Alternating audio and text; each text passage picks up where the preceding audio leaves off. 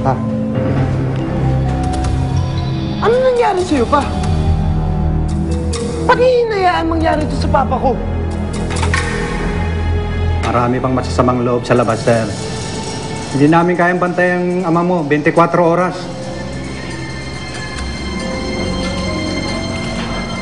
Ba't kayo ganito, pa?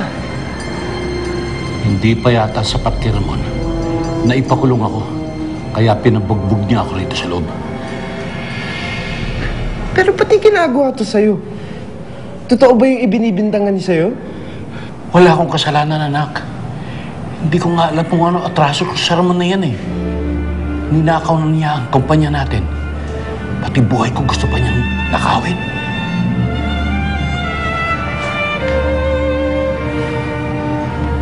Delikado ang lagay niyo dito, pa. Ano ba pwede namin gawin para mailabas kayo dito? Huwag ka na mag-alala, anak. Gumagawa na ng paraan ng mami mo. At pag nakalabas ako rito, gaganti ako sa kanila. Mali yan iniisip niyo, pa. May batas tayo para pagbayarin sila. Nasa kanila ang batas. Wala na sa korte ang labanan sinimulan nila.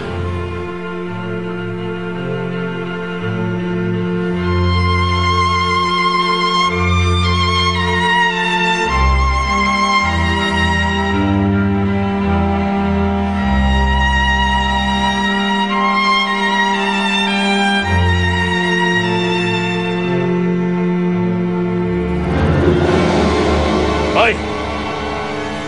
Kalbo na yung ginugupitan mo. Sir, kayo po pala. Magandang araw po.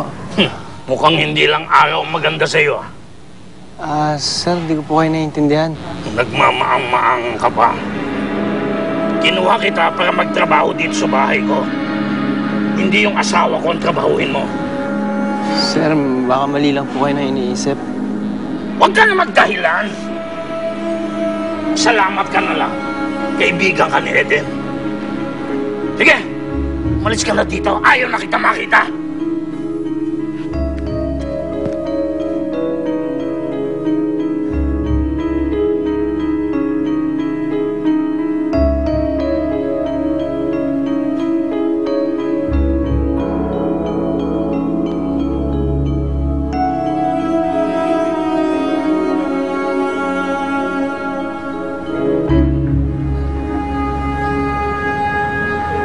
Ramon.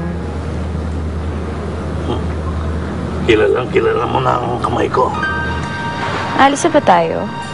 Handa na ang sasakyan. Handa na rin yung bibisitahin natin sa kulog. Sige, mag-ready lang ako. Gusto ko maging maganda ako sa muling pagharap ni Eden sa puno ng mga sarabisa.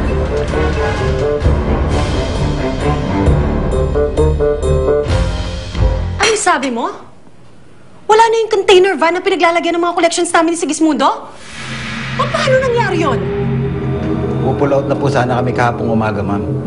Inaantay lang namin si boss. Kaso, mga parak ang dumating. Buti nga nakasibat kami ng mga kasama ko eh. Eh yung perlante, nakuha din ba? Nakatago pa rin po yung perlante sa vault.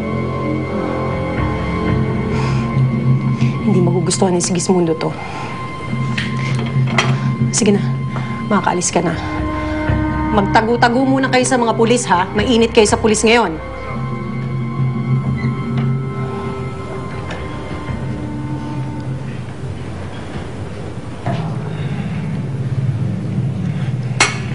Sig, kamusta ang dalaw mo sa papa mo?